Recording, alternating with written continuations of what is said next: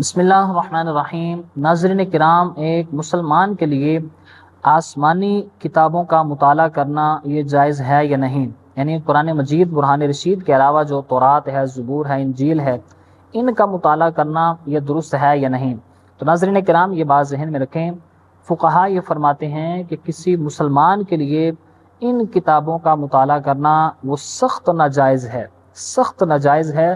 اور بعض دفعہ فقہا نے لکھا ہے کہ یہ حرام کے قریب ہے، وہ اس لیے کہ حضرت سیدنا فاروق اعظم رضی اللہ تعالی عنہ نبی پاک علیہ الصلوۃ والسلام کے سامنے تورات شریف کی تلاوت کر رہے تھے، تو اس وقت نبی پاک علیہ الصلوۃ والسلام نے دیکھا تو آپ نے ناراضگی کا اظہار فرمایا، اور حضور نے ارشاد فرمایا، اے فاروق، اے عمر، اگر آج سیدنا موسیٰ علیہ الصلوۃ والسلام ہوتے تو وہ بھی ہماری شریعت پر ہی عمل کرتے۔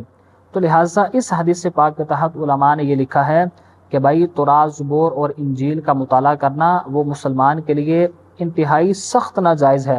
اور اس کی وجہ یہ ہے کہ یہ جو دیگر کتابیں ہیں، قرآن مجید، برہان رشید کے علاوہ، ان کتابوں کو انسانی تصرفات سے محفوظ نہیں رکھا گیا۔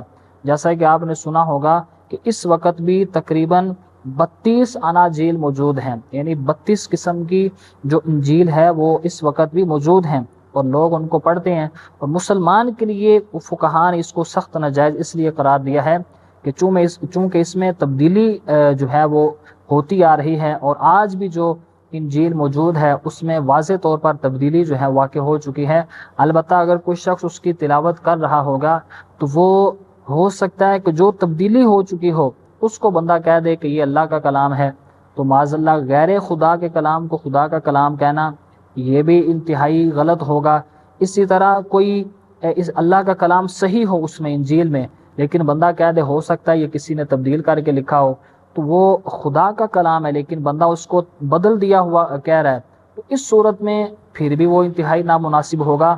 اس لیے علماء یہ فرماتے ہیں کہ جب ان کتب کو تصرفات سے یہ خالی نہیں ہے، یہ بدل چکی ہیں، تو لہٰذا مسلمانوں کو ان کے مطالعہ کرنے سے یہ بچنا چاہیے۔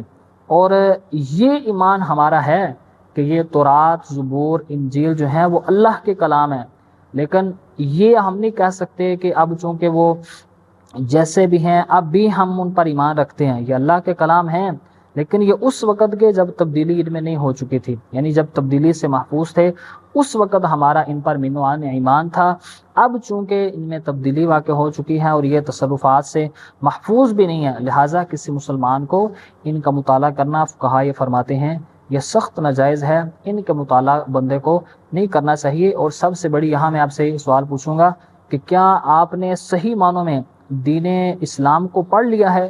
کیا آپ نے دین اسلام کے بارے میں اچھے طریقے سے جان لیا ہے؟ اپنے اوپر جو آپ کے احکام لازم کیے گئے ہیں، کیا آپ نے ان کو اچھے طریقے سے پڑھ کر ان پر عمل کر لیا ہے کہ چاہے جائے کہ ہم دوسری کتب کی طرف جائیں؟